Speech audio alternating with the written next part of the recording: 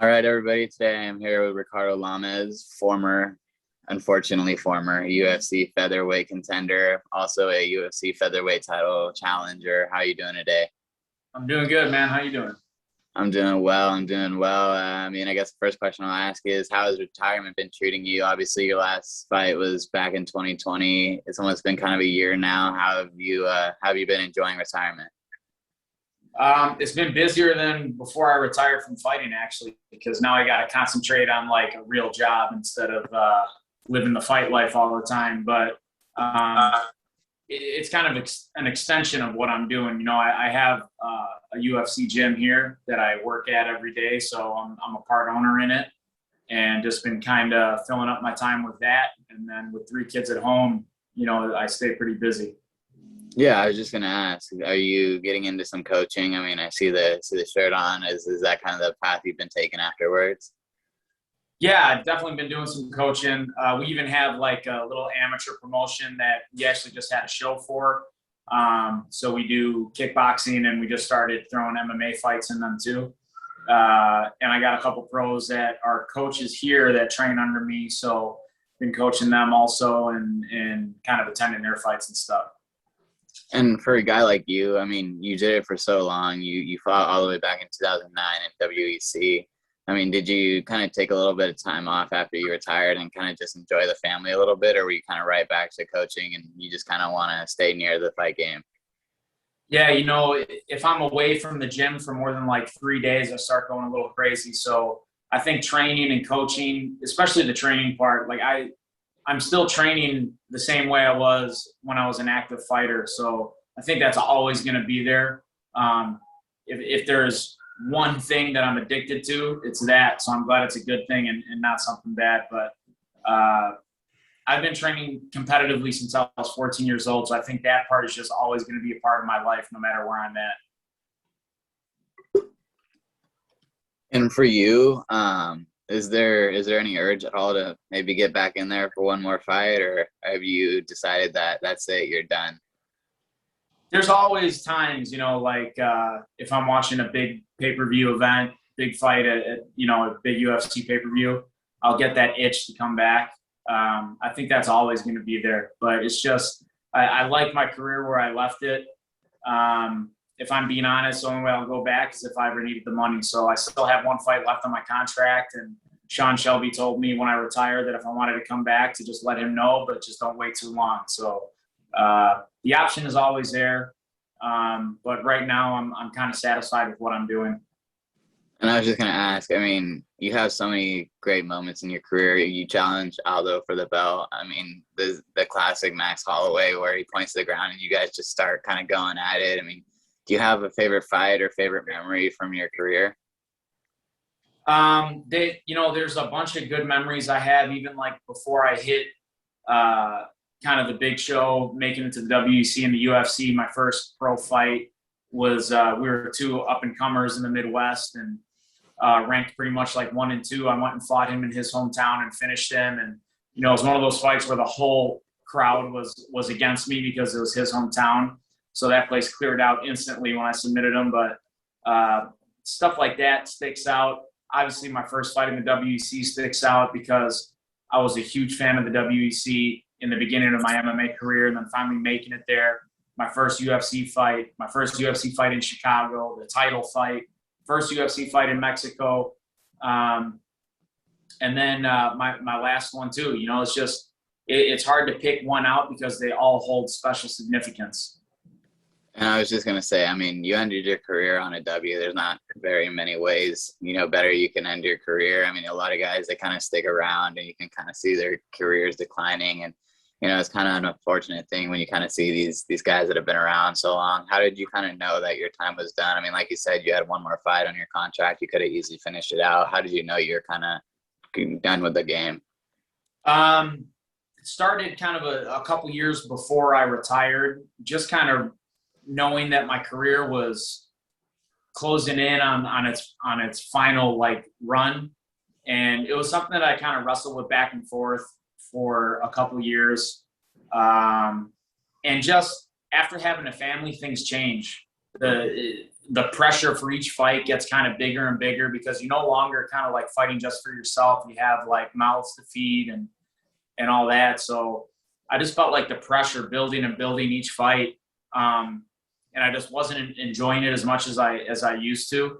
Although, you know, I love fighting. I love competing. So that whole build up and just feeling that pressure each fight, and then also having to leave my family for each training camp.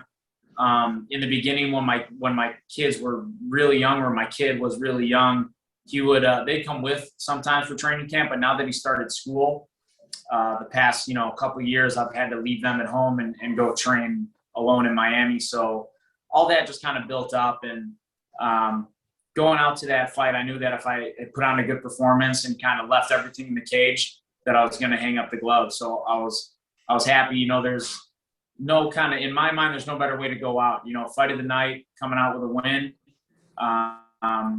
So I just kind of decided that's a great spot to leave it at.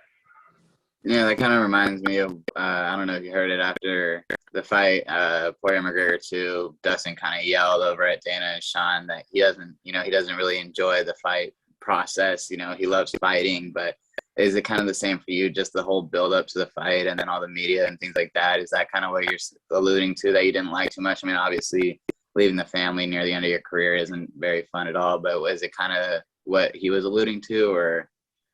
Yeah, I would think so. I think just kind of all the antics leading up to the fight, it puts a lot of pressure on us.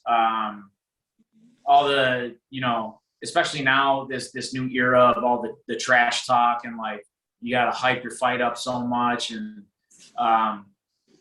it just wasn't my style anymore. And the pressure of training every day, the pressure of constantly thinking about your fight, the pressure of, if I lose this fight, I'm only taking home half a paycheck to support my family. All that, I think maybe Poirier kind of is feeling all that too. So things change. Things change when you have kids, when you have a family, man. It's just different. This sport, this fighting sport, is very selfish.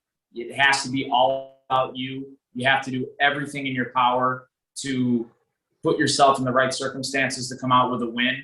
You got to go train with the right people. You got to bust your ass. You got to spend time away from your family. You have to make a lot of sacrifices to be successful in this sport. And it's hard to make those sacrifices when you're older and you have a family and you have kids.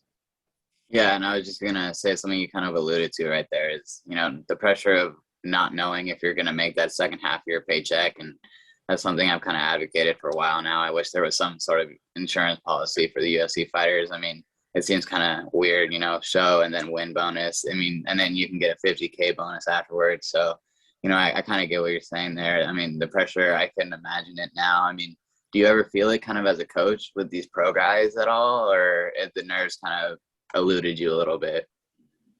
No, those butterflies are still there, especially, like, I spend a lot of time with these guys. I put in a lot of my free time training them. I invest a lot. So whenever you invest that much time and you care that much about someone that you're bringing up in the sport, I feel like just as nervous as I was walking in the cage on my own. So I really want to see these guys succeed. I really want to see them do well. And when they don't, I feel like a lot of that falls on me as their coach. So I'm invested in their fights just as much as they are. And I mean, I was just going to ask, I mean, now that you're retired and you're watching some of these events at home, you kind of alluded to like the itch that you kind of get to compete again. Sorry. I mean, is there any kind of like nerves too? Like, do you kind of get that anxiety in your stomach of like, oh no, like here we go again? Or have you kind of just been like, all right, I can watch it with the family, just hang out? Yeah, when it's like a big fight, I still kind of get those nerves going. You'll see me like sitting there watching it and like doing head movement like I'm in there fighting too. It's just it's fun to get that involved in the fight.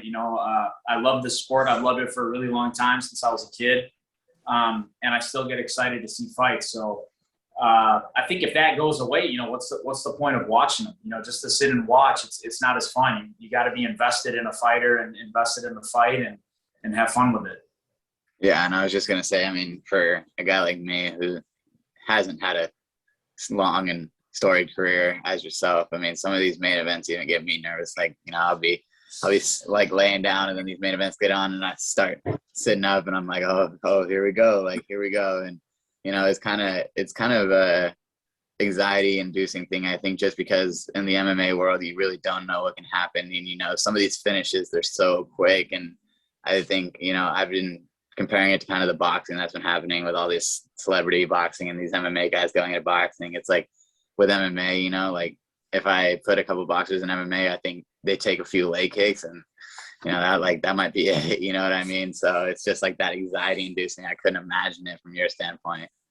Yeah, I mean, that's why the sport is so popular. It's just you never know what's going to happen from fight to fight. One guy could be super favored, but this is a fight with a lot of different things, a lot of different variables than boxing. Boxing just got to worry about the hands. With MMA, you got to worry about kicks, knees, elbows, punches, takedowns, submissions, ground and pound. I mean, there's just a whole list of stuff, and the fight could end at any second by any way.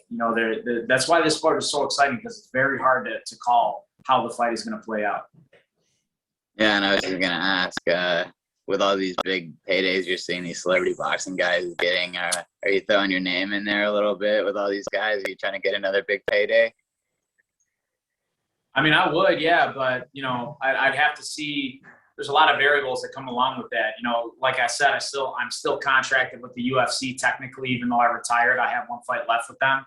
So if anything like that were to come up, I'd have to approach them about it and see if they would allow me to do it. But if any of these YouTubers want to get smacked in the face, I'm always down.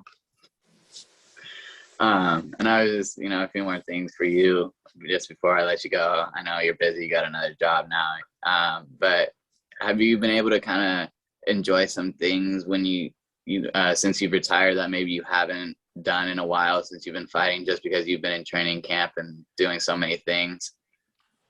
Yes.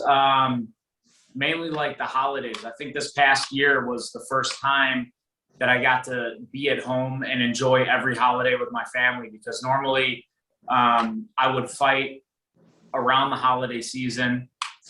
So I'd either be missing out on like Halloween or Thanksgiving.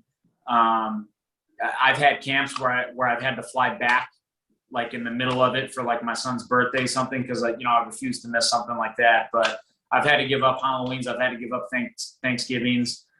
So this past year was the first time I just kind of got to sit and relax and enjoy the holidays with my family.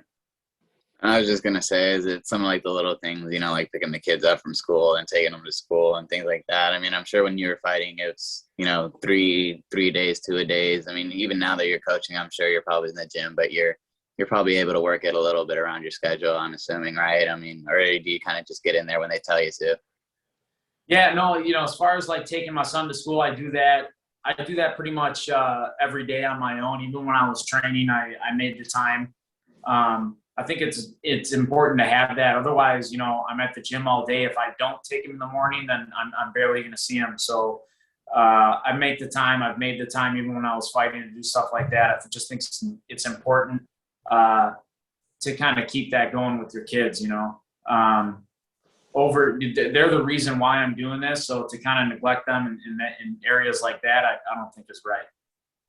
It's kind of been amazing since we started this podcast, and, we only see you guys for 15, maybe 25 minutes if it's a main event, but, behind the scenes, I mean, there's so many great stories coming out now. Like, I don't know if you saw the last card with Till and everybody on it. Tom Aspinall got the bonus, and, he kind of just started breaking down crying. I mean, it's kind of just amazing to see, because we only do get to see you guys for 15, 25 minutes, and then we're all hoping, oh, no, I hope he doesn't get caught. Dodge. And so, it's kind of just, it's fun to kind of get the backstory and, kind of see just who you guys are as a person. So, I mean, I do just want to say, like, we appreciate your time on here, man. No, thank you very much, man. I appreciate it too. Thanks for having me. Yeah, and of course, and if there's anything else you'd like to say for the fans that are listening out there, man, the floor is yours. No, just, I want to thank them for all the support over the years. Give me a follow on my social medias at Ricardo Lamas MMA on Instagram and Twitter. I'm right now I'm trying to give back. So I've been real lazy with my social media, but I'm going to get back on there. I'm going to start giving, to all my technique secrets out that I used to use when I was fighting and stuff. So I'm going to start some campaigns up like that, and just kind of giving back to the sport that way, and hopefully helping out some of these younger fighters out there looking for some good stuff. Well, as someone I watched when I first kind of got into the sport, it really was truly an honor to have you on the show today, man. And like I said, I do appreciate your time, and thank you once again. No problem, man. We'll do it again soon. You let me know. Yeah, man, I would love to do it. And best of luck to your fighters out there that you're training, man. I hope to, see them in the UFC one day. Wish them well. And again, thank you for your time. All right. Thank you very much. We'll talk to you soon. All right, Ricardo Lamas, everybody.